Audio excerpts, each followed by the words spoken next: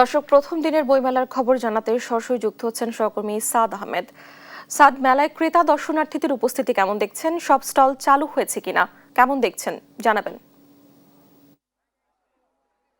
দফায় দফায় তারিখ পরিবর্তনের পর আজ কিন্তু পর্দা উঠেছে অমর একুশে বইমেলা 2026-এর, এবং আমরা কিন্তু দুপুর থেকে এখানে অবস্থান করছি এবং প্রথম দিন হিসেবে কিন্তু পাঠকদের উপস্থিতি অনেকাংশেই কম। তবে প্রকাশক এবং লেখক যারা তারা যেটি বলছেন যে যেহেতু মাত্রই কেবল শুরু হলো, তারা বলছেন যে প্রকৃত বইপ্রেমী যারা বা প্রকৃত পাঠক যারা তারা কিন্তু পরিবর্তন, সময়ের যে পরিবর্তন বা পিছিয়ে যাওয়ার কারণে অনেকেই বলছেন যে এবারের মেলায় হয়তো সেভাবে প্রাণবন্ত হবে না। তবে তারা যেটি বলছেন যে প্রকৃত যারা বইপ্রেমী তারা ঠিকই আসবেন, দিদি শুরু হলেও আসবেন, এমনটি কিন্তু তারা বলছেন। এবং আমরা এখানে আসার পর দেখেছি যে অন্যান্য বারের তুলনায় এবার যেহেতু আজকেই শুরু হয়েছে সেই তুলনায় কিন্তু পাঠকদের উপস্থিতি অনেকটাই কম। তবে যারাই বা আসছেন তারাও কিন্তু বিভিন্ন স্টল ঘুরে ঘুরে দেখছেন এবং বিশেষ করে নতুন কোনো বই এসেছে কিনা বা তাদের পছন্দের লেখক যারা রয়েছেন তাদের কোনো নতুন বই আছে কিনা সেটি কিন্তু তারা ঘুরে ঘুরে দেখছেন, এমনটি কিন্তু আমরা দেখতে পেয়েছি। এবং আমি যদি মেলা সম্পর্কে একটু বলতে চাই যে এবার কিন্তু মেলায় মোট 549টি প্রকাশনা প্রতিষ্ঠান অংশ নিয়েছে, সেই সঙ্গে 81টি স্টল কিন্তু বাংলা একাডেমিতে এবং বাকি যে 468টি স্টল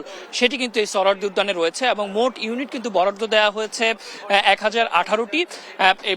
এবং এই মুহূর্তে যদি আমরা বলতে চাই যে সবগুলো স্টল কিন্তু এখনো পুরোপুরি তৈরি হয়নি, বিশেষ করে কিছু কিছু প্রকাশনা প্রতিষ্ঠানের স্টল কিন্তু এখনো শেষ মুহূর্তে যে সাজসজ্জা সেটি কিন্তু এখনো চলমান রয়েছে। তবে যেগুলো চালু রয়েছে সেখানে কিন্তু আমরা দেখছি যে পাঠকরা ঘুরে ঘুরে তারা বিভিন্ন স্টল কিন্তু ঘুরে ঘুরে দেখছেন এবং তাদের যদি কোনো পছন্দের বই থাকে সেটি কিন্তু তারা কিনে নিচ্ছেন, এমনটি কিন্তু আমরা দেখতে পাচ্ছি। আপনারা যেমনটি জানেন যে আজ দুপুরে কিন্তু এই মেলার উদ্বোধন করেন প্রধানমন্ত্রী তারেক রহমান এবং তিনি কিন্তু একটি বার্তা দিয়েছেন। সেই বার্তাটি হলো যে শুধু বই কেনা বেচার উৎসব নয়, এটি যেন সংস্কৃতি ও শিক্ষার বিকাশে কাজ করে বইমেলা, সেটির জন্য কাজ করার অনুরোধ কিন্তু তিনি করেছেন। সেই সঙ্গে এই বইমেলা যাতে আন্তর্জাতিক করার প্রস্তাব দেন, তাহলে তিনি যেটি বলছেন যে বাংলা ভাষার সাথে বিশ্ব সাহিত্যের একটি যোগাযোগ সৃষ্টি হবে, সেই সঙ্গে নাগরিকরা বিশ্ব সাহিত্য সম্পর্কে, বাংলাদেশের নাগরিকরা বিশ্ব সাহিত্য সম্পর্কে কিন্তু জানতে পারবে, এমনটি কিন্তু তিনি প্রস্তাব রেখেছেন যেন এটিকে আন্তর্জাতিক বইমেলা করা হয়, এমনটি কিন্তু তিনি জানিয়েছেন। তো এই ছিল আমার কাছে যে অমর একুশে বইমেলার সেটি সবশেষ পরিস্থিতি।